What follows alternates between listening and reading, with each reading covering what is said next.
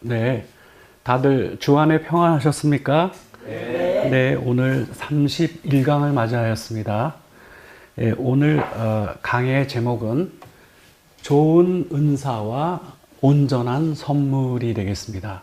오늘 본문은 야고보서 1장 17절 한 절만 보겠습니다. 그 주보에는 17, 18절이 광고되었는데 오늘 실제로는 17절만 우리가 함께 나누도록 하겠습니다. 오늘 본문을 봉독합니다. 온갖 좋은 은사와 온전한 선물이 다 위로부터 빛들의 아버지로부터 내려오나니 그는 변함도 없으시고 회전하는 그림자도 없으시니라. 이 한 절입니다. 오늘 본문을 나누기 위해서 잠깐 도입을 합니다. 그것은 우리가 지난번에 함께 나눈 그 바로 앞에 있는 16절의 내용인데 잠깐 우리가 함께 정리를 하고 바로 오늘 본문으로 이 내용이 이어지고 있기 때문에 그렇습니다. 우리가 지난 시간에 살펴본 내용은 이렇습니다. 야고보서 1장 16절에 기록되어 있기를 내 사랑하는 형제들아 속지 말라. 이 사도는 이 중요한 부분을 정확하게 알고 있었고 그리고 이 분야에 참으로 속기가 쉽고 그리고 속는 일이 많기 때문에 특별히 이 부분을 경계한 것을 볼 수가 있습니다. 우리가 이 세상을 살다 보면 속고 사는 일이 참 많이 있습니다. 사실은 본인은 속는지도 모르고 속는 경우도 너무 많습니다. 그러나 이 사도 야고보는 다른 그 무엇보다도 우리가 결코 속아서는 안 되는 그 중요한 부분을 우리에게 보였습니다. 그것이 무엇이었습니까? 우리가 속아서는 안 되는 그 구체적인 대상은 우리의 타락한 본성의 문제입니다. 그래서 우리가 지난번에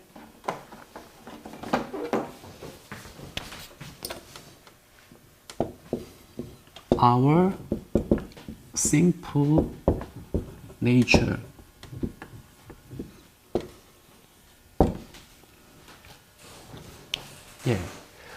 시험이라고 하는 것이 이 야고보 사도의 설명에 의하면 두 종류가 있다 그랬죠. 외부로부터 오는 시험이 있고 우리의 내부의 문제로 생기는 시험이 있었습니다. 그 중에서 우리가 지난번에 살펴본 내용은 우리의 내부의 뭔가가 요인이 돼서 생기는 시험의 문제를 다루었습니다.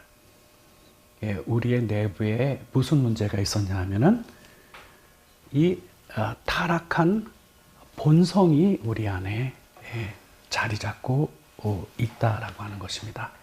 그래서 사도는 이 시험을 받을 때에 다음과 같은 당부를 하였죠. 이 시험은 사단이 하는 것도 아니고 물론 사단이 합니다. 사단이 자극을 하죠. 그러나 사단이 하는 것도 아니고 하나님이 하시는 것도 아니며 내가 문제다라고 하는 바로 그 부분을 보이려고 이 내용을 설명해 놓았습니다. 물론 사단이 역사를 하고 하나님은 허용을 하시지만 진짜 문제의 핵심은 우리 안에 있습니다. 우리의 이 타락한 본성의 문제가 있죠.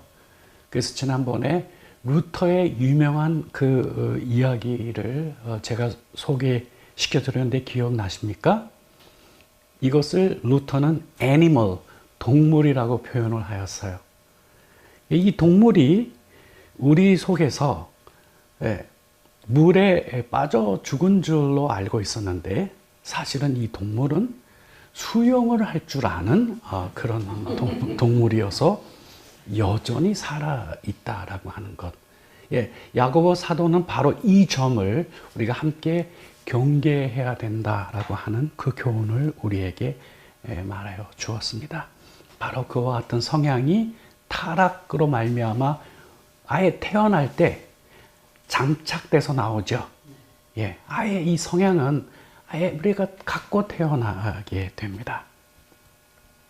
그래서 바로 이 성향 때문에 하나님께서 경고하신 대로 창세기 2장 17절에 경고하신 대로 반드시 죽으리라 경고하신 대로 바로 이 사망의 사이클이 완성이 되었습니다. 그래서 사도 야고보는 이것을 이렇게 표현하였습니다. 욕심이 잉태한 즉 죄를 낳고 죄가 장성한 즉 사망을 낳느니라 라고 하는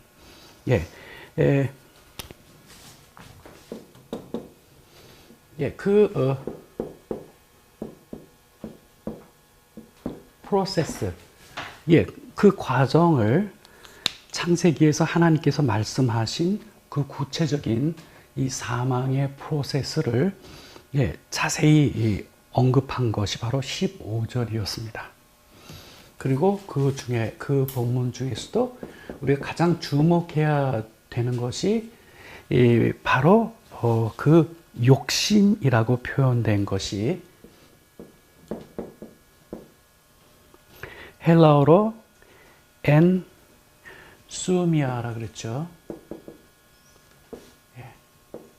이거를 우리가 주목해야 되는 것은 이 원의가 하나님께서 금지하신 것에 대한 욕망인 거예요. 이거를 경계해야 된다라고 하는 것을 야고보는 우리에게 보인 것입니다. 그래서 제가 야고보서 방금 전에 나와 있던 그 본문의 내용을 헬라 원의를 잘 살려서 다음과 같이 번역하여 소개하였습니다. 그 내용 뭐냐면은 이 시험이라고 하는 것은 하나님께서 금지하신 것에 대한 우리의 갈망 때문에 발생하게 되는데 그 갈망이 우리를 함정에 빠뜨리고 그리고 최종적으로는 우리를 지옥으로 끌고 가는 이 프로세스를 설명드린 적이 있었습니다. 그래서 사도는 16절에 내 형제들아 속지 말라라고 하는 이 경고의 말씀을 우리에게 해 주었습니다. 그래서 우리가 경계해야 될 것이 바로 이 엔수미아죠. 이것을 우리가 경계해야 됩니다.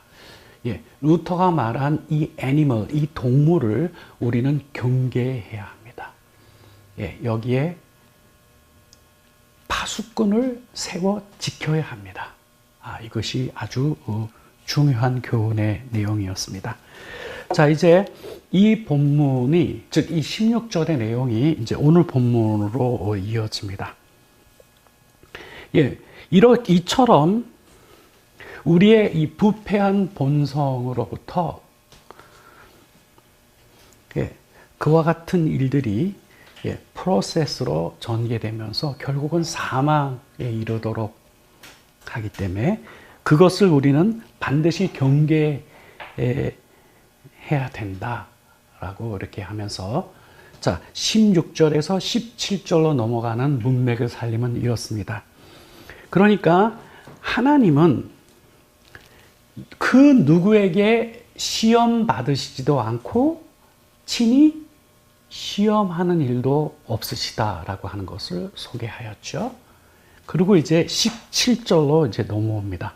오늘 본문에 의하면은 온갖 좋은 은사와 온전한 선물이 다 위로부터 즉 빛들의 아버지로부터 내려오나니 그는 변함도 없으시고 회전하는 그림자도 없으시니라. 예, 이렇게 기록되어져 있죠. 예, 여기서 말하고 있는 이 빛들의 아버지라고 하는 것은 여기에 빛들 하였죠. 예, 이 빛들은 스타. 예, 여기에 빛은 별을 지칭합니다. 그러니까 아버지라고 하는 것은 곧 그 빛을 만든 이를 아버지라고 부르기 때문에 예, 이 빛들을 예, 별들을 만드신 분이 하나님이시죠. 다시 말씀드리면 이 표현은 온 우주를 창조하신 그 분으로부터 예, 이 세상에 이미 만들어져 있는 이 온 우주는 물론이고 그뿐만 아니라 온갖 좋은 은사와 그리고 온전한 선물이 바로 그분에게로부터 우리에게 온다라고 하는 사실을 이 17절이 우리에게 보여주고 있는 것입니다. 이 점을 밝히는 것은 방금 전에 우리가 16절에 살폈듯이 우리가 시험을 받을 때에 우리가 착각하기 쉬운 것이 왜 하나님께서 나에게 이와 같은 그 어려움을 당하게 하시나 이렇게 생각할 수 있거든요. 예, 거기에 속아서는 안 된다라고 하는 것이죠. 하나님은 시험치 아니하시고 친히 시험 받으시지도 아니하시는 분이고 오히려 그분에게서 우리에게 오는 것은 온갖 좋은 은사와 온전한 선물들이 우리에게 온다라고 하는 사실을 16절에 이어서 17절에 딱 못을 박은 본문인 것입니다. 그래서 오늘 이 17절 본문을 통하여 제가 오늘 여러분과 함께 나누려고 하는 중요한 내용은 하나님에 대한 균형 잡힌 이해를 정립하려고 합니다. 다시 말씀드리면 하나님은 창조주이시기도 하지만 또한 보존하시는 분이라고 하는 그 사실을 우리가 기억해야 합니다. 그래서 여기에 빛들의 아버지라고 하는 것은 Creator, 창조주로서의 하나님이고요. 그 다음에 여기에 온갖 좋은 은사와 온전한 선물이라고 하는 것은 Sustainer, 보존하시는 분으로서의 역사를 우리에게 알려주고 있는 것입니다. 이 점에 우리는 좋은 균형을 만들어야 되겠습니다.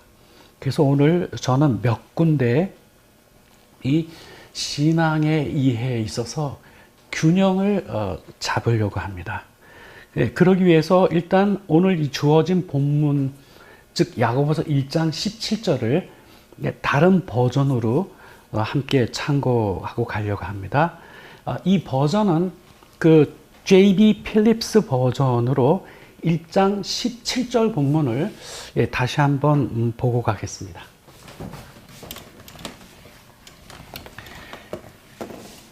오늘은 한 세 가지 부분의 균형을 잡으려고 합니다. 미리 말씀드리는 것은 사단이 우리를 넘어뜨리게 하는 그 고도의 전략 중에 하나는 균형을 깨트리는 거예요. 균형을 깨트려서 우리를 넘어지게 하기 때문에 균형을 잡는 것은 굉장히 중요한 과제가 됩니다. 여기에서 즉 이 J.B. 필립스의 버전으로 보면 그 온갖 좋은 은사라고 하는 그 표현이 every good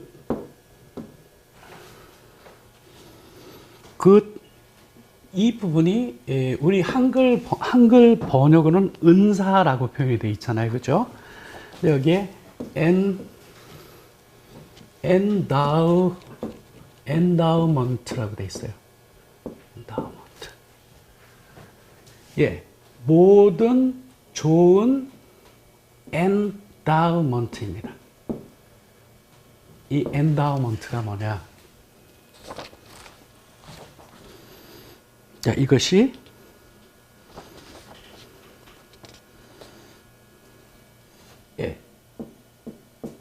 기부 또는 기부금이 바로 이 엔다우먼트거든요.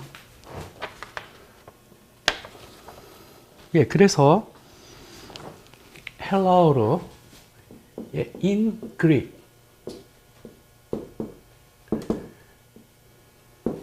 헬라어로 요 은사 이거 우리 한글로 은사라고 번역되어 있는 이 부분에 해당되는 이 헬라어가 도시스예요. 도시스인데 이게 직접적인 뜻은 뭐냐 하면은 act는 행위죠. act of giving. 주는 행위잖아요. 그래서 second meaning에 여기서 이제 우리가 만나게 되는데 이게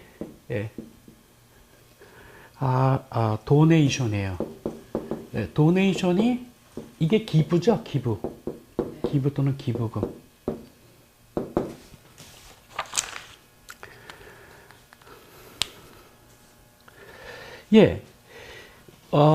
제가 무엇을 오늘 균형 잡기 원하냐 하면요. 여러분, 우리는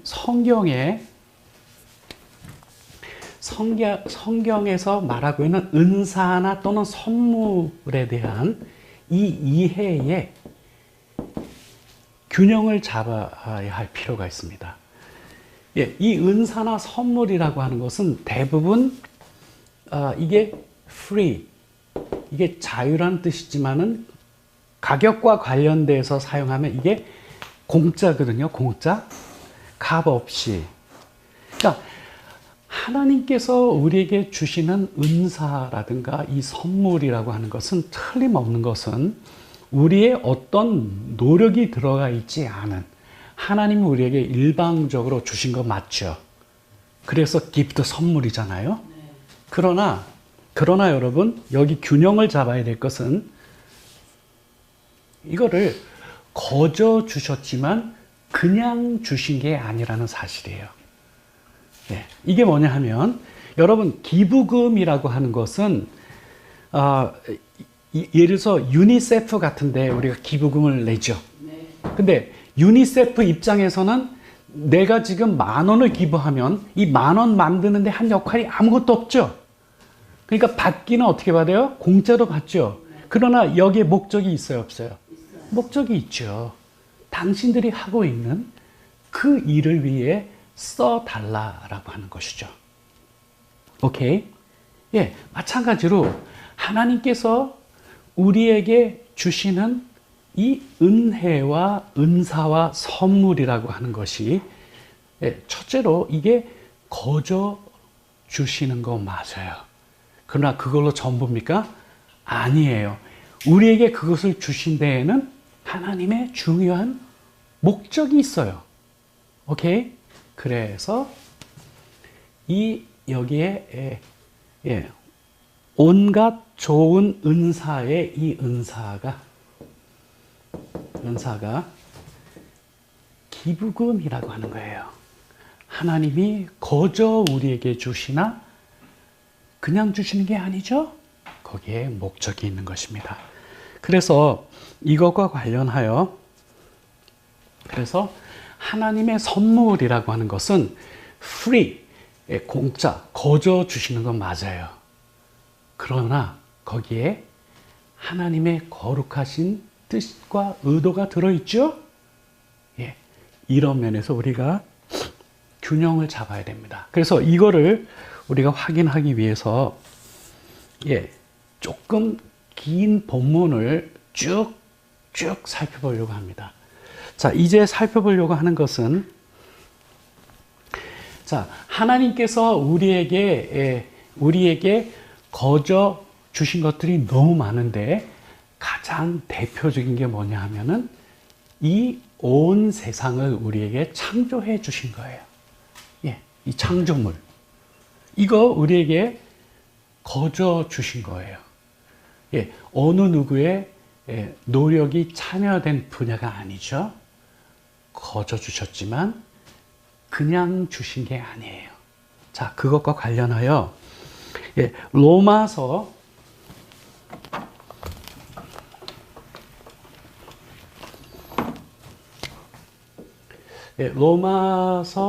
1장 18절부터 22절까지의 내용을 핵심만 쭉 정리하면서 이 스토리를, 이 내용을 소개하겠습니다. 제가 지금 이거를 소개하는 목적은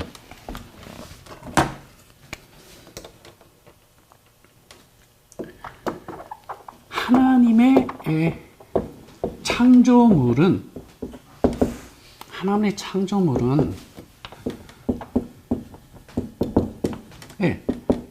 like donation, 기부금과 같은 것이 이어서 거저 주셨지만 여기에 하나님의 중요한 의도와 목적이 함께 있다라고 하는 것이에요.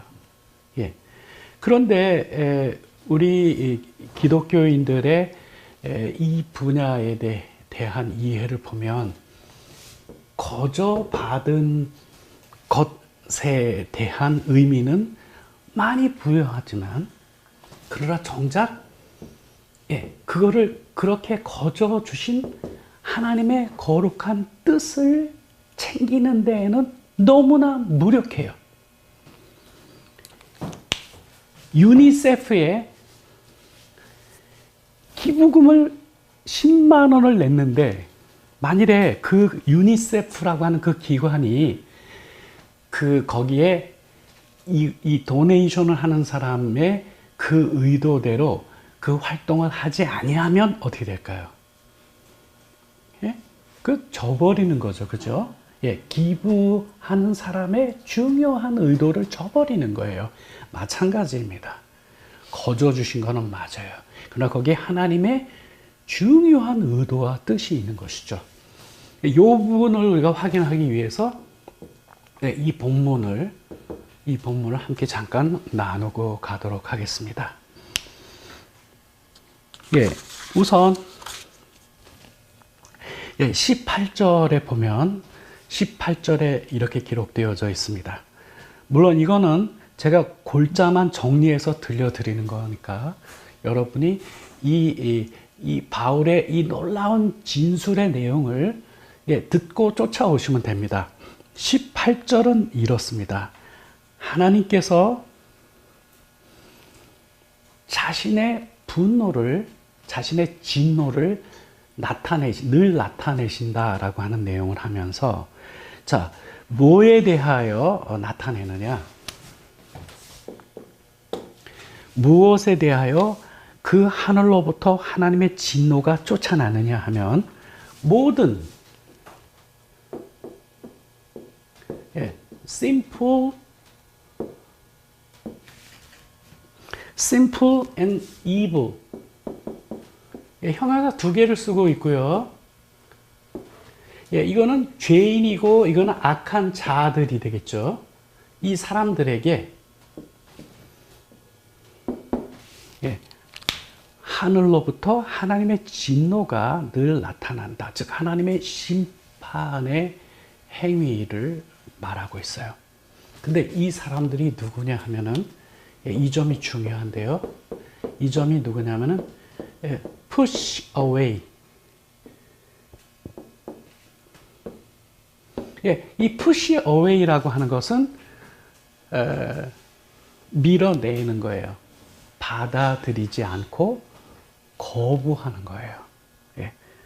무엇을 거부하느냐 하면은 the truth, 진리죠. 진리. 진리를 받아들이지 않고 그것을 밀어내는, 즉 거부하는 자들에게 하늘로부터 하나님의 진노가 나타난다, 이렇게 기록하고 있어요. 그러면 이와 같은 하나님의 진노가 나타나는 것은 왜 그러느냐? 그 이유는 여기에 진리는 하나님에 관하여 알 수 있는 진리를 말합니다. 그 이유는 하나님에 관하여 알 수 있는 것이 그들에게 알려지도록 되어 있다라고 하는 거죠. 그것도 중요한 표현 한 단어가 있는데 그 단어가 instinctively예요.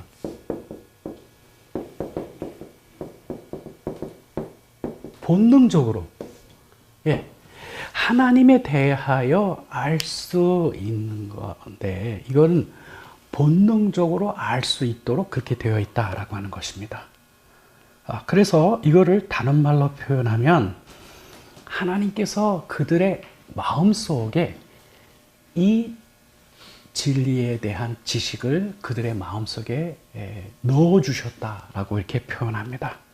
어떻게 이 하나님에 대한 진리를 그들의 마음속에 넣어주었는가? 20절에 오면 하나님께서 만드신 이 온 우주 만물을 통하여 알 수 있다라고 하는 거예요. 다시 말씀드리면 거기 표현해 보면 know of를 쓰고 있어요. 여러분 know라고 하는 거는 뭐뭐를 알다라고 해가지고 직접적으로 알 때는 know를 쓰지만 know of를 쓰면은 뭐뭐에 대하여 간접적으로 아는 거예요. 여기에 두 가지의 내용이 등장하게 되는데 하나님께서 만드신 창조물을 보면 우리는 두 가지의 사실을 간접적으로 알 수 있는데 첫째는 이 놀라운 우주를 만드신 분이 계시다라고 하는 점과 두 번째는 그 만드신 분이 어마어마하신 분이라고 하는 것. 이 두 가지의 사실에 대하여 만드신 창조물을 통하여 본능적으로 알 수 있도록 하나님께서 그렇게 하셨다라고 하는 거예요. 그래서 심판날에 그들이 하나님 앞에 섰을 때에도 they have no excuse.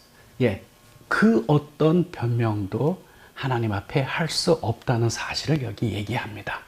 이 변명이라고 하는 것은 하나님이 존재하시는 줄 우리는 전혀 몰랐어요 라고 하는 등의 핑계가 되겠죠. 그 핑계는 할 수가 없어요. 이미 만드신 만물을 통하여 그거를 다 알 수 있는데도 불구하고 그걸 어떻게 한 거예요? push away, 밀어내고 부인하고 거절한 거죠. 22절로 옵니다. 그래서 그들은 그에 관하여, 즉 하나님에 관하여 잘 알 수 있는데도 불구하고 그 사실을 받아들이지 않고 그를 경배하지도 않고 심지어는 그분께서 매일 돌보시는 그 일에 대하여 감사치도 아니한다라고 하는 것이 이 22절까지입니다. 자, 그러면 여러분, 제가 이 로마서 18절부터 22절 이 본문을 참고하는 목적은 딱 한 가지입니다. 하나님께서 만드신 이 창조물은 우리들에게 거저 주신 거죠. 마치 기부금과 같아요. 그러나 주셨을 때에는 하나님의 의도가 있으신 거죠? 그 의도가 뭐냐? 이 만물을 지으신 이를 알아보고 그분에게 합당한 영광과 찬송을 돌리도록 하신 거죠. 그렇죠? 그래서 그냥 그냥 공짜가 아닌 거예요. 그렇죠? 거저 주셨지만은 그냥 주신 게 아니잖아요. 그렇죠? 이런 면에서 우리가 균형을 잡을 필요가 있습니다. 정리하면 이렇습니다. 그 하나님께서 만드신 창조물은 방금 전에 소개해 드린 대로 이것은 donation, 기부금하고 똑같은 성격이 있는 거예요. 다시 말씀드리면 이 창조물은 로마서의 증거에 의하면은 하나님의 자기 계시에 관한 놀라운 목적이 있는 것이죠. 예. 그래서 이 창조된 세계는 하나님의 자기 계시의 도구인 거예요. 다시 말씀드리면 이 온 우주를 하나님께서 창조하여 우리에게 주신 것은 이거는 우리에게 거저 주셨어요. 그러나 여기에는 하나님의 중요한 의도가 있었죠. 그 의도가 무엇입니까? 그와 같은 사실을 받아들여서 하나님을 알아보고 그 하나님을 경배하고 그리고 그에 합당한 감사와 영광을 하나님께 돌리도록 하신 거죠. 그죠? 예, 그렇습니다.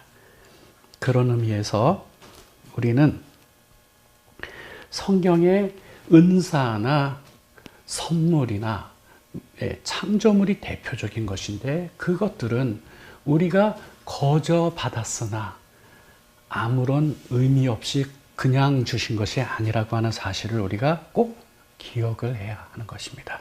이런 점에서 우리는 균형을 잡을 필요가 있죠. 예, 그 다음에 두 번째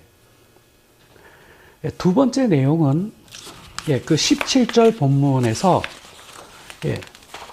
온갖 좋은 은사와 그 다음에 온전한 선물이 언급되어 있죠. 이 온전한 선물과 관련된 내용을 두 번째로 살펴보도록 하겠습니다. 온전한 선물이라고 이렇게 되어 있어요. 근데 저는 여러분에게 이 하나님의 온전한 선물의 딜레마를 소개하려고 해요. 이 딜레마에 대한 이해가 중요합니다. 하나님의 온전한 선물에 딜레마가 있어요.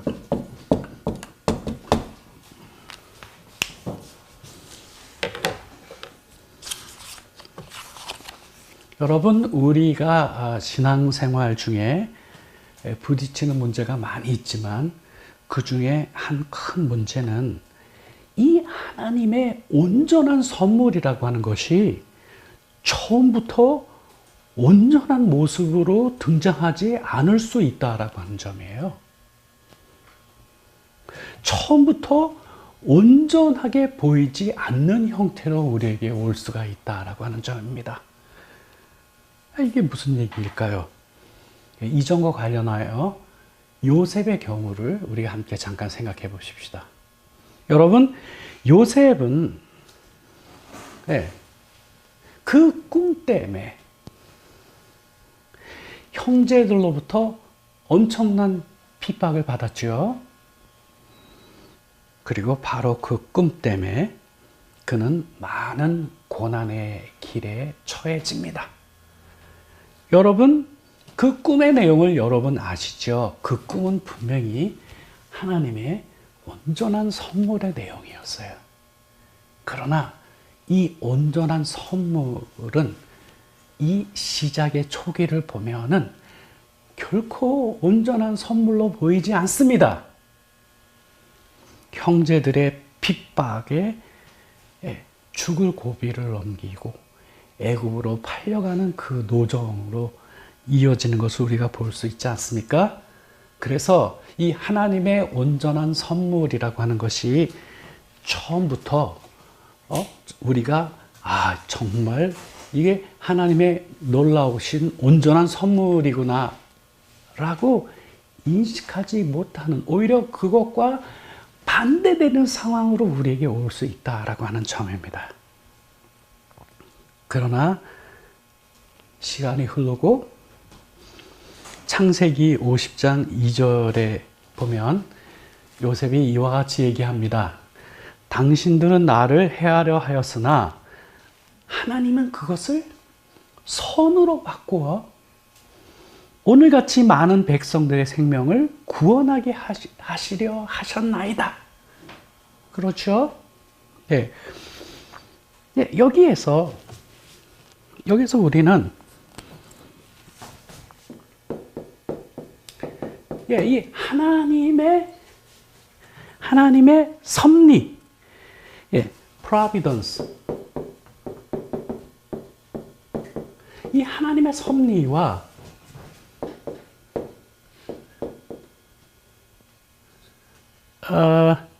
이 요셉의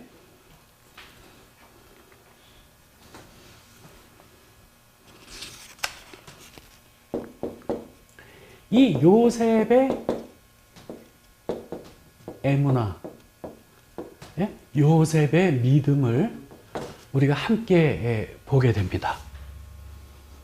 그렇죠? 네. 예.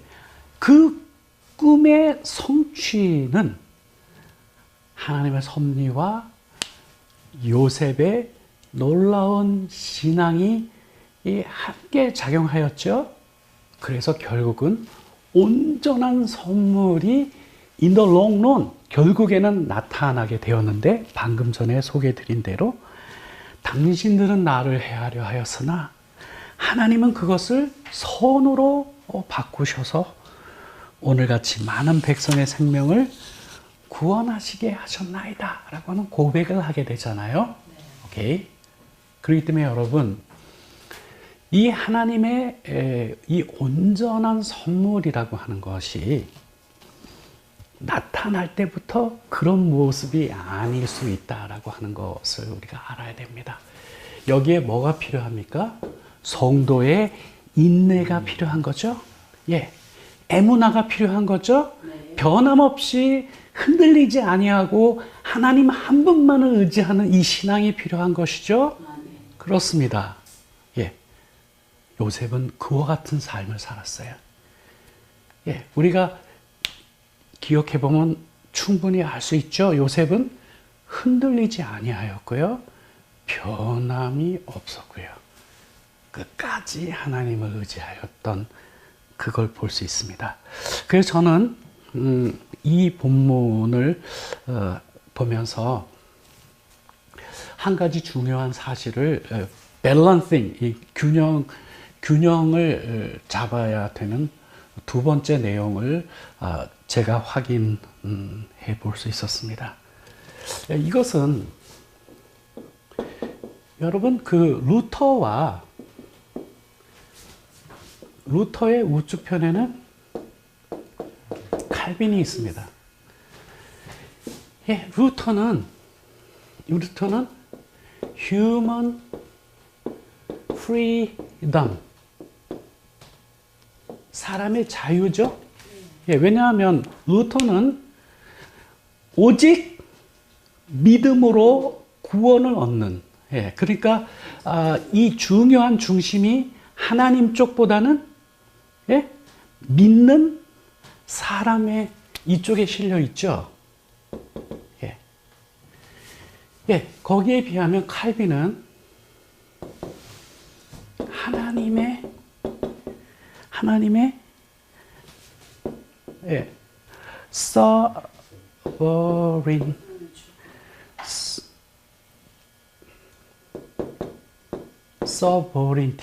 이 하나님의 주권에 더 무게를 실었죠. 예, 이것도 이 sovereignty도 되지만 이건 하나님의 자유라고 해도 상관이 없어요. 하나님의 freedom이라고 할 수도 있어요. 예, 이쪽은 칼빈은 이쪽을 너무 강조하였고, 예, 루터는 이쪽이 강조되었어요.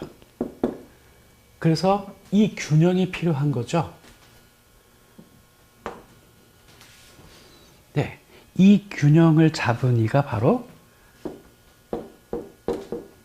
웨슬레이입니다. 웨슬레이. 예, 웨슬레는, 이게 중요한 용어라 제가 한번 여기에 정리해서 소개해 드리고 가겠습니다. 예, 저희 교단이 감리 교단이고, 그리고 이거는 아주 중요한 개념입니다. 장로교하고 다른 구별되는. 네, 그래서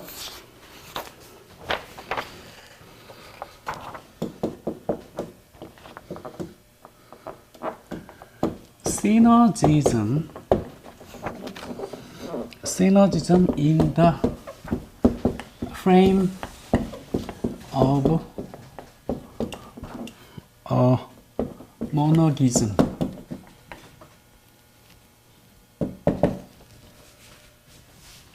예, 시너지즘이라고 하는 것은 신인 하나님과 인간의 협동서를 말해요. 예. 근데 이것이 틀 안에서인데 모노기즘이라고 하는 것은 요거는 뭐 단독설 또는 단동설이라고 표현하기도 하는데 이것은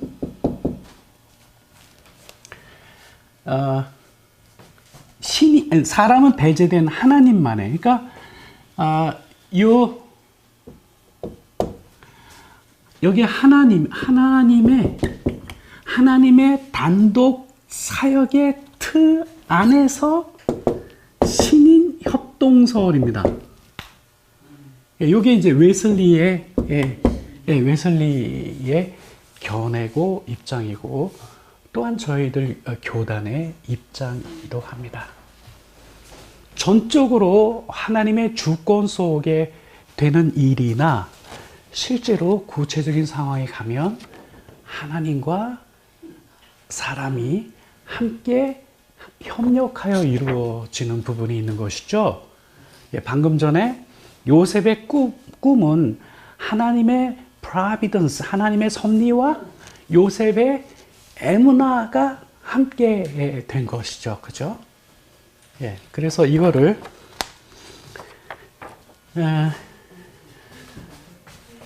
여기에 뭐를 그냥 복음적 신인 협동설이라고 부릅니다. 이 내용을. 요게 이제 저희 감리교단의 신학적인 그런 입장이죠. 예, 그래서 이 점에 있어서 균형을 잡을 필요가 있습니다. 저는 장로교에서 자랐고, 그리고 여러분 이 monogism.com이라고 하는 것이 있어요. 인터넷 사이트를 보면 monogism.com이 있는데 여기는 그 칼빈주의의 본산이에요. 그 안에 들어가면 어마어마한 자료와 그런 것들이 다 들어있어요. 저는 칼빈주의 오리지널 칼비니스트였거든요. 저는 완전 오리지널. 그리고 저는 학부 때 이미 칼빈의 기독교 강요를 원서로 4년 내내 공부를 한 적이 있을 정도로 진짜 골수 칼비니스트였습니다. 그래서 여러분, 제가 우스갯소리로 이런 표현을 할 수 있어요. 이건 제가 느낀 거니까.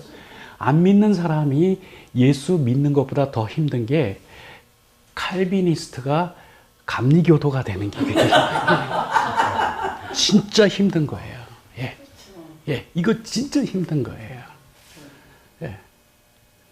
그런데 in the long run, 세월이 쭉 지나고 이렇게 보니까 이게 하나님의 이 단독적인 역사 속에 이 신인 협동설이라고 하는 이것이 가장 비브리칼한 거죠. 가장 성경적이다라고 하는 확신에 도달했어요. 그래서 저는 2번 거듭났습니다.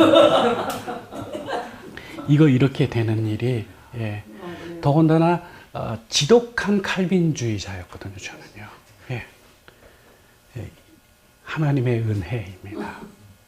그리고 이 웨슬레의 이 견해를 이해할 수 있게 된 것은 참 놀라운 일이 아닐 수가 없습니다.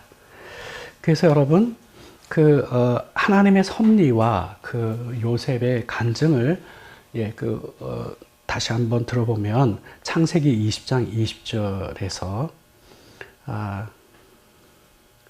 중요한 내용이 이거죠.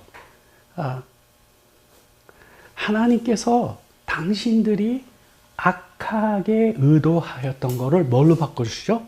선으로 바꿔주시는 거예요.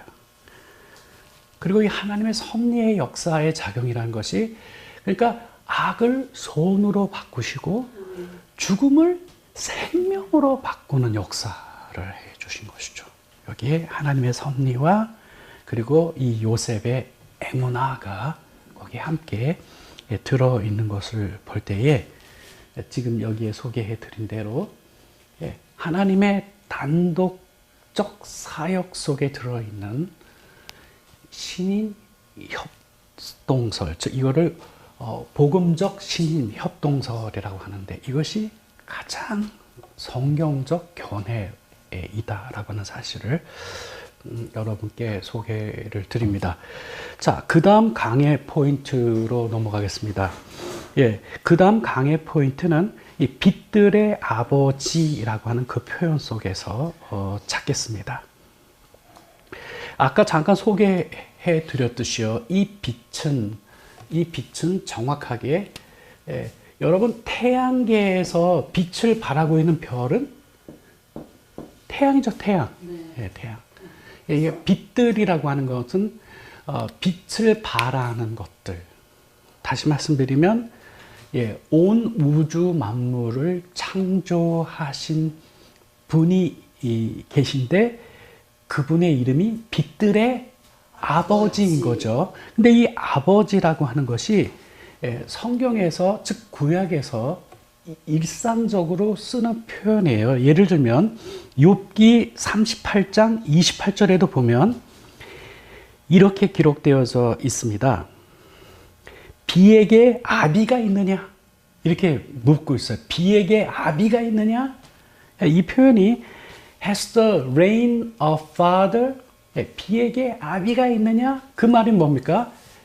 비를 지은, 비를 만든 이가 누구이시냐? 그걸 묻고 있는 것이죠. 그래서 빛들의, 여기에서의 이 아버지는 곧 그거를 만들고 창조하신 분을 우리에게 알려주고 있는 것이다. 이렇게 우리가 정리를 할 수 있습니다. 그래서 그 문제는 간단하게 그렇게 정리를 하도록 하고요. 이제 세 번째 균형을 잡을 분야가 하나 있습니다. 지금 균형은 두 가지를 잡았습니다. 하나는 하나님께서 우리에게 거저 주신 것들은 그냥 주신 것이 아니다라고 하는 관점에서 우리가 살펴보았고요. 그러니까 성령의 은사, 성령의 선물도 마찬가지죠. 거저 주셨지만 결코 그냥 주신 게 아니죠. 열매를 맺어야죠. 그죠? 두 번째는 방금 전에 말씀드린 것처럼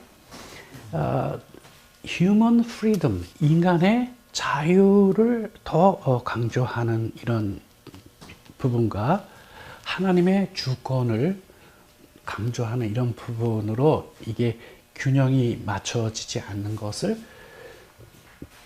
웨슬리가 이 균형을 딱 잡았고, 그리고 방금 전에 소개해드린 이 복음적인 신인 협동설이 그 고도의 균형인 거예요. 그리고 이것이 가장 비브리컬, 성경적 견해이다라고 하는 면에서 밸런싱, 균형을 잡았습니다. 이제 오늘 한 가지 더 균형을 잡을 일이 남아 있습니다. 여러분, 아까 로마서 1장 18절부터 22절을 소개할 때에 거기에 이제 결국은 이거죠. 하나님께서 만물을 창조하셨는데 그 창조물이 중요한 하나님의 자기 계시의 도구이다라고 하는 것이죠. 그래서 하나님의 창조물을 보지 못한 이는 없을 겁니다. 그리고 그걸 보았다면은 그는 이거를 만든 이가 계시고 그 만든 이의 능력이 얼마 하는지를 다 느끼는 게 있는 것이죠. 그거를 전부 다 push away, 밀어내 버렸다라고 하는 것이죠. 거기에서 중요한 두 가지를 하나는 하나님께서 창조주라고 하는 사실을 결국 얘기하고 있는 거고, 또 하나가 있어요. 또 하나가 뭐냐면은 하나님은 창조주이실 뿐만 아니라 sustainer, 보존하시는 분이라고 하는 사실을 정확하게 균형 있게 얘기를 하고 있거든요.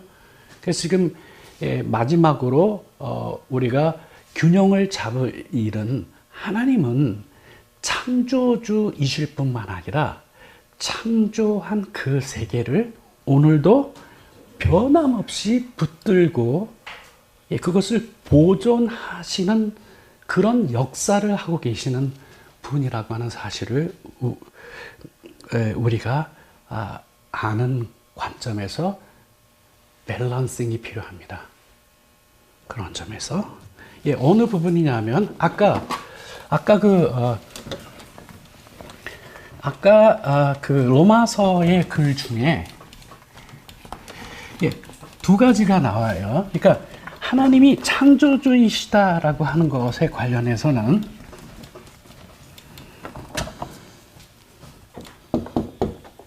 하나님이 creator, 창조주죠. 근데 하나님의 창조주신데 창조주에게는 마땅히 경배를 드려야 되죠. 경배를 드리지도 않고, 그리고 이제 후반부에 나온 부분이 어느 부분이냐면 이 부분이죠. or 또는 even, 여기 이제 이 강조로 들어가고 있어요. even thank him. 하나님, 감사하는 거죠. 하나님께, 여기 앞에는 부정문에 걸려 있기 때문에 심지어는 하나님께 감사치도 않는다 그랬죠. 여기는 감사가 등장해야 돼요. 그런데 이 하나님은, 여기에 힘은 어떠신 분이냐 하면은 who all his daily care. 이 표현이 되게 중요합니다. 하나님의 그 하나님의 매일의 돌보시는 거, 그거에 대한 감사도 없다라고 하는 거죠. 이쪽 부분이, 여기 크리에이터지만 여기는 서스테이너예요. 하나님이 보존하시는 이잖아요. 매일 돌보신다고요.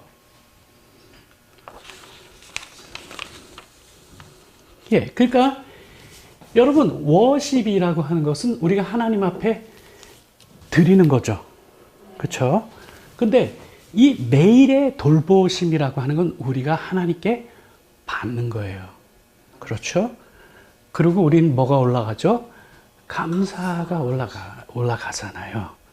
그런데 그들은 이 창조하신 이 만물을 창조한 하나님께 경배치도 아니하고 매일 돌보시는데도 불구하고 감사치도 않는다라고 하는 사실을 여기에 증거를 하여 주었죠.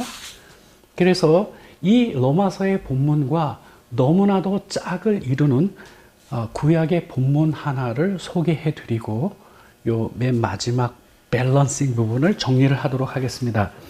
여러분, 이 부분은 이사야서로 가는데요. 이사야서는 40장 25절로부터 31절까지 조금 긴 본문인데요. 여기도 이제 골격을 추적하도록 하겠습니다. 거기도 이 sustainer, 보존자로서의 하나님에 대한 놀라운 표현이 등장해요. 여러분, 일단 25절을 영어 성경 본문의 내용을 제가 읽어서 소개를 해드리도록 하겠습니다. 25절입니다. 너희는 거룩하신 이가 물으시기를 너희는 누구와 나를 비교하느냐? 나와 동등한 자가 누구냐? 이렇게 두 가지 질문을 창조주께서 피조물에게 던집니다. 특별히 구약의 이스라엘 백성들에게 이 질문을 던집니다. Look up into the heavens. 하늘을 쳐다보라. Who created all the stars? 그 모든 별들을 누가 창조하였느냐? 그렇죠? 예. 여러분, 그 다음 표현입니다. 26절이 꽤 긴데요. 26절의 문장의 구조가 as so 구문을 사용하고 있어요. 예, 이 as so 구문이 대단히 중요한데, 이거는 뭐뭐와 같이 그렇게 뭐뭐뭐뭐 하다 이 표현이거든요. 다시 말씀드리면 이거는 비유를 지금 하고 있는 바로 그 부분인데요. 여기에 한글 성경 표현으로는 그 미닝이 잘 살아나지 않기 때문에 제가 우선 구조를 소개해드려 이렇게 되어 있습니다. 목자가 자신의 양떼를 이끌고 마음에 드는 이름으로 각각을 불러서 어느 누구도 잃지 않도록 또 딴 길로 들어서지 않도록 알아보기 위하여 그들을 일일이 헤아리는 것과 같이 그렇게 여기서입니다. 그렇게 하나님께서 행하신다. 누구에게 그렇게 행하느냐? Stars and planet. 별과 행성에게 그렇게 하신다는 거죠. 오케이, 여러분? 여러분, 이 별과 행성은 하나님이 창조하셨죠? 창조하고 끝인가요? 아니에요. 그 하나하나를 매일 돌보시는 거예요. 관리를 하시는 거죠. 매일매일. 목자가 양떼들을 일일이 그러니까 여기에 보면은 여기에 calling each by each pet name이 나와요. 이 pet이 뭐냐면 마음에 드는 이름을 딱 붙여가지고 각각을 다 부르신 거예요. 일일이 개별적으로 다 돌보신다라고 하는 것이요. 이게 바로 창조주이실 뿐만 아니라 서스테이너이신 하나님이시죠. 이 모든 것들을 다 붙들고 계신 거예요. 관리하고 계신 거죠. 목자가 양을 관리하듯 이렇게 하면서 이제 이 비유를 하시고는 이제 그 다음 27절로 옵니다. 오 야곱아, 오 이스라엘아, 여호와께서 너희의 역경을 보지 아니하시고 공정하지도 않다고 너희가 어떻게 그렇게 말할 수 있느냐?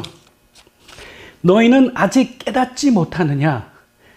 지구의 가장 먼 것을 창조하신 영원하신 하나님은 너희들 생각처럼 무력하거나 지치지 아니하신다는 것을 지금도 너희는 모르겠느냐? 이렇게 하나님께서 계속 질문을 하십니다. 29절에 그는 피곤한 자에게 그리고 지친 자에게 힘을 주시고 약한 자에게 힘을 공급해 주시는 바로 그런 분이시다.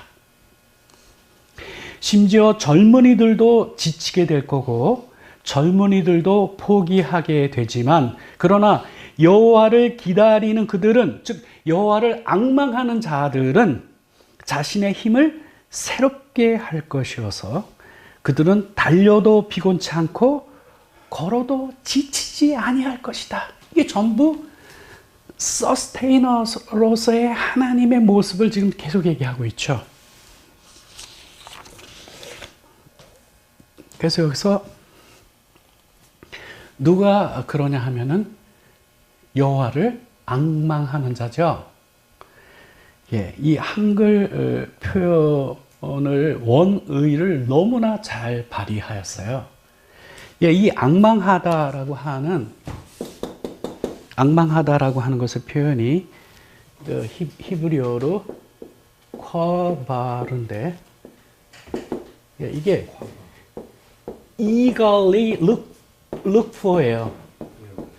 예, 간절히 찾다죠. 간절히 찾다. 이게 앙망하다의 뜻이 바로 간절히 찾다예요. 훌륭하게 번역되어 있습니다. 예, 누구에게 그렇게 하냐 하면은 여호와를 어떻게 해요?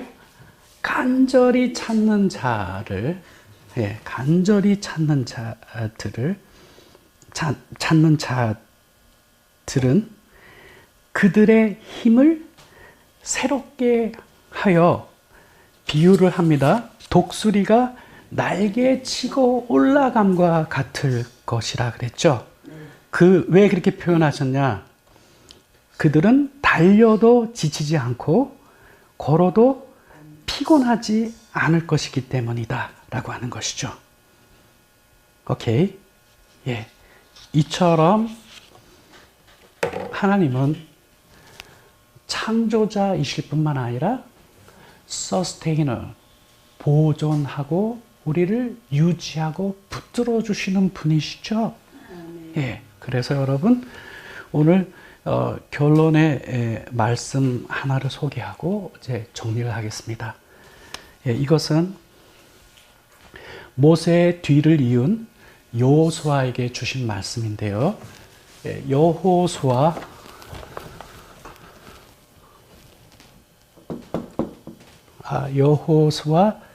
1장 7절입니다.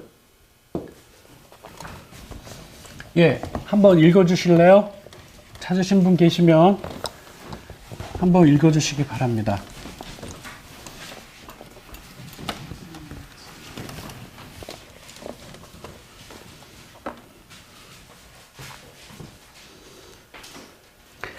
예, 여호수아 1장 7절 중에 제가 봉독합니다.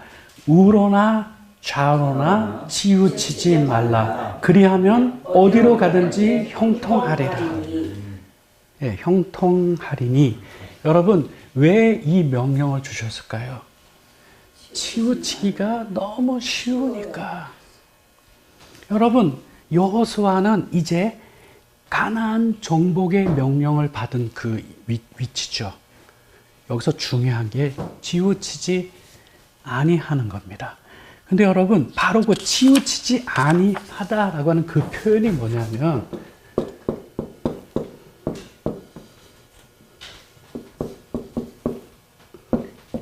any part of it. 예, 여기 neglect는 소홀히 하다는 거죠. 근데 돈에 걸렸으니까 소홀히 하지 말라는 거죠. 어느 부분도, 그것의 어느 부분도 소홀히 하지 말라는 것이죠. 오케이? 예. 무슨 얘기입니까?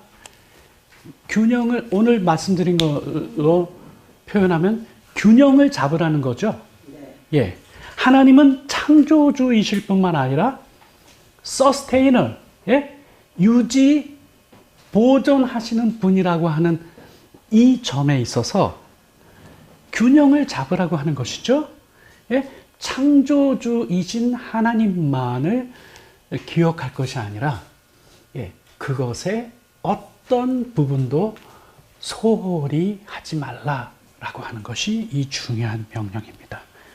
아까 말씀드렸듯이 여러분, 사단의 이 고도의 전략은 균형을 깨는 거예요. 균형. 예, 그래서 우리 넘어뜨리는 거거든요. 그래서 균형을 잡으라고 하는 것입니다. 균형을 잡으라고 하는 것이죠. 그래서 여러분, 하나님은 창조주이실 뿐만 아니라 보존자이시기도 하신 바로 그런 부분이죠. 예, 그 분을 간절히 찾는 자에게 독수리가 날개치고 올라감과 같은 은혜로 붙들어 주시겠다라고 말씀하여 주셨죠? 누구와 같이 붙들어 주는 줄 아십니까? 신명기 34장 7절로 가면 모세가 죽었을 때 나이가 120세였으나 그의 시력이 퍼펙트. 시력이 어때요? 완전했고 He was as strong as a young man. 젊은이들만큼 강하였어요. 그러니까 여러분 모세가 병이 들어가지고 골골하다가 기력이 다 떨어져 갖고 할 수 없이 간 게 아니죠? 네. 예. 하나님이 불러 가시니까 간 겁니다. 모세가 이럴 수 있었던 비결은 이미 본문에 나타나 있죠? 모세는 어떤 사람이었어요? 여호와를 앙망하는 생애를 산 사람입니다. 여러분 오늘 본문의 오늘 제목이 좋은 은사와 온전한 선물이 누구에게로부터 오죠? 하나님께로부터 우리에게 옵니다. 이 은혜를 매일매일 공급받는 우리가 되어 우리도 모세와 같은 생애를 사는 우리가 될 수 있기를 바랍니다.